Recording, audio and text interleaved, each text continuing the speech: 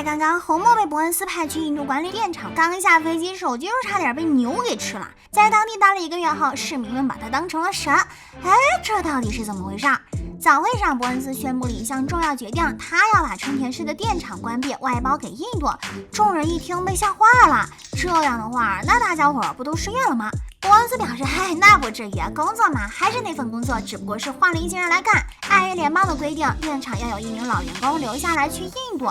阴差阳错，红墨就得到了这个机会。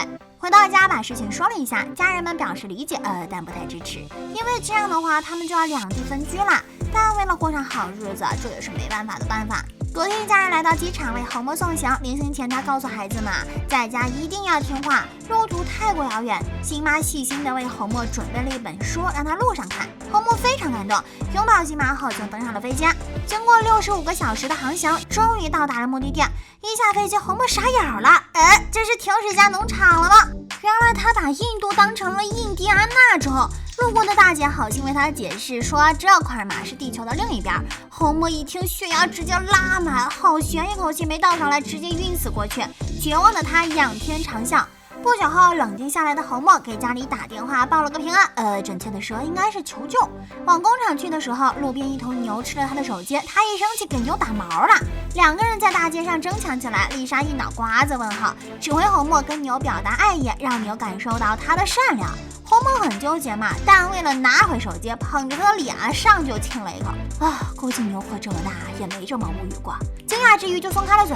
来到安全的地方，红墨拿出伯恩斯的信，上面说让找一个棕色皮肤、褐色眼睛、外表亲和的人。红墨定睛一瞅，好家伙，这条街上得有4000多人符合条件。不过好在他运气好，没多久就找到了。红墨来到印度打工，一跃成为老板的心腹，还被当地的阿三哥称为神，都对他顶礼膜拜。这边嘛，伯恩斯跟工人们说明了工作情况，他们的工作内容很简单，操作设备发电，然后电能通过电缆传回到漂亮国。当然具体怎么操作还得看经理红墨来教。所以问题就来了，常年摸鱼的红墨怎么可能知道设备如何操作？发言时支支吾吾，什么也说不出来。眼看情况不太乐观，红墨灵机一动，拿出了新妈送给他的书，照葫芦画瓢说了一些奇怪的话。下边的3哥们本来就听不懂，为了早点打卡下班，爆发出了热烈的掌声。看到这一幕，伯恩斯不禁感叹，自己的眼光确实毒辣哈，红墨还真是个人才。未来1周一切都很顺利，印度工厂的发电量更是超出了春田市电厂的10倍。伯恩斯得知这个消息后，当即决定把工厂交给红墨管理。小助理劝他三思，毕竟红墨曾给工厂带来过数百次危机。可伯恩斯不管不过，还夸红墨就是神一样的存在。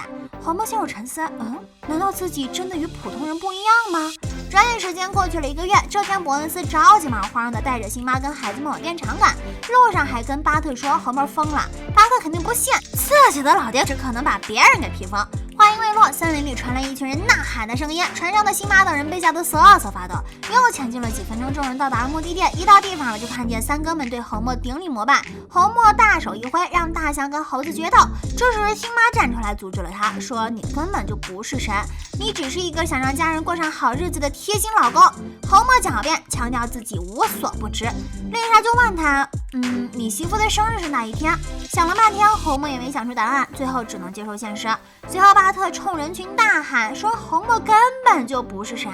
人群中有人站出来替红墨说话，其实大家都知道真相，但红墨确确实实教会了他们很多以前不知道的知识，比如上班如何摸鱼，如何操作设备将老板心爱的电厂炸毁等等等等等等等等。